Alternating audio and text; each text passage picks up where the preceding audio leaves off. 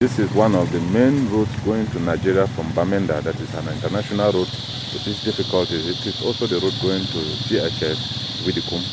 So we are on our way on bikes to GHS Widikum, and then we have to drop from the bikes. This school was created in 1992, and the present enrollment is 600 students.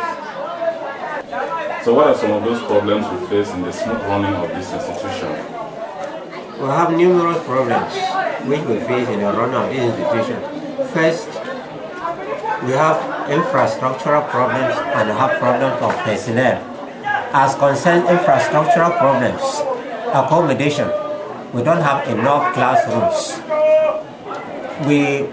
Last year in 1st April, the wind disaster blew down one of our blocks, an incomplete government block that hosted forms 1A and D. So there's a lot of congestion, which we have now. The classes are combined from forms 2 up to form 5. They are all in one class, but there are 2 streams. So we have a problem of accommodation of the students. Then as we have the problem of accommodation, it means that we are short of benches too in the classrooms. The teachers don't have tables where they can sit in the classrooms and work. They don't have chairs where they can also sit in the classrooms and work. Then there is also accommodation of the staff, of the personnel. Like you see this office, it was put up by the PTA, but it is incomplete. It is incomplete. We are just managing using it. We don't have a staff room. That part there, we see outside there, is just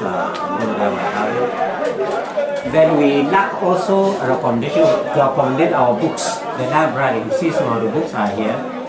We find some in the carton here. Some are in that other secretariat there. Some are in the vice principal's office. We don't have a library where we can keep the books. That is what is concerned as concerns accommodation. Then we have other problems of water. The school doesn't have drinking water. There used to be pipe-on water here, but the tanks were removed and so like that. So that we need drinking water. The students have to travel here right to the town. The last time that you saw on the road there, they go and carry water from the buckets and then they drink. So that's a great problem. Then there is also the problem of electricity. The school not yet electrified, but I see they are taking electricity to one of the villages there. Maybe after this, we'll be able to see how the school can be electrified, but through our own means, because the line may just be passing along the road. So we have that problem too of lights. Then we are starting a computer program here where we don't have a computer lab. We are trying to use one of the classrooms as a computer lab, but it is still on the way. We are still working on it. And through like toilets, we have the toilets.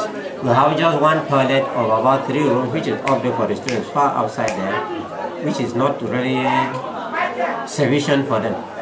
And then the staff toilet. I think since the school was created until last year was when we had a staff toilet, which is behind here, and it is also incomplete.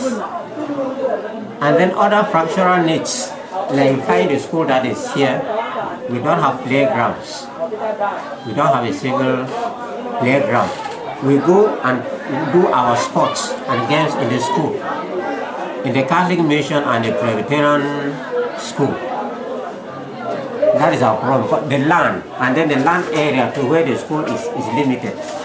They gave it is all on this other side and these other areas which we have there. And we don't have even a shed where students food can be sold and other things are done like that. It's just a small place across the road where these things are being carried out.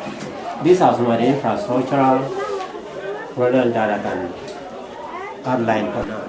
Another great problem we have is that since this school was created in 1992 and transformed into a high school in the year 2000, it has only been operating in the arts. We don't have the sciences. And the reason being that we don't have a science laboratory where the practicals can be taken. Therefore, we lack that at this. And our children suffer here a lot because after their O levels, those who want to do the sciences, some go to Bamenda, others go to Batim.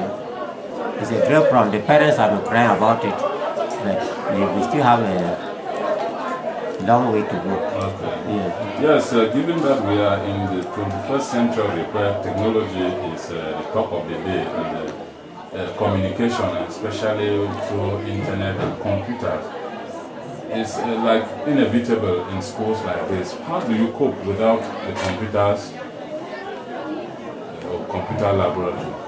Well, we don't have a computer laboratory. The problem is that we go to the town where some people have started some computer programs there, which are not yet elaborate. We go there, we the schools go there sometimes because we have started a computer program in the school, but we don't have the equipment. So we go there sometimes and do computer. They have just 2 computers for now. Okay, so what is government doing about all these problems you have cited? Well, the problem that we have all cited, we are reaching to government from time to time, but government action is somehow slow. As condensed classrooms and so on like that, since the creation of this school, government gave only 1 complete classroom and 2 uncompleted ones that were blown down by wind disaster last year. The rest of the buildings we have here are being managed by the PTA. We have been writing. For a long time, we have never had any investment credit in this school. Though we write, but little assistance is coming. Okay, so what of the community, the local community, are they of any assistance to this school? I'm just, this is my 3rd year in the school here. I've not had anything from any local community assisting this school, besides the PTA. We need the sciences. The school has been operating only in the arts, and the students suffer a lot to move up to Bamenda and Badma and else. On the equipped classrooms, as you can see, we wonder how students take notes here in the lectures. Yeah, these are the urinaries of a school of this magnitude, and you can imagine what female students go through, kind of ill health situation. Move forward and finish the classroom as it should be. Let's take that. This is your first time to go to the field of play. How many? Talk to the hearing of order. 7 players. How many goalkeepers? All hands are up. Shout. 2. 2 goalkeepers. 2. What are those difficulties you face in the smooth running of this school? Thank you. In fact, our difficulties mostly come from the poor starving situation of the school, then buildings, classrooms. We don't have adequate classrooms. And staff, number of staff is very, very deplorable. The main problems, starving situation, infrastructure, and the buildings. These are the 2 main problems we have in this school. Okay. Now, given that this is a very large community, what is the community doing to assist this school, especially the local community? In fact, for now, the local community as a whole is not assisting the school, except the parents who have children in the school, who are assisting the school in the way of paying in PTA levy. Yeah, given the state of our country, Cameroon, what is government doing to help you through these difficulties? For now, the government is solving only the question of staff. That is all she has in the school. For all this time, the government had been able to put up only a single classroom. That is the classroom. The rest of the buildings, as you see, are from PTA.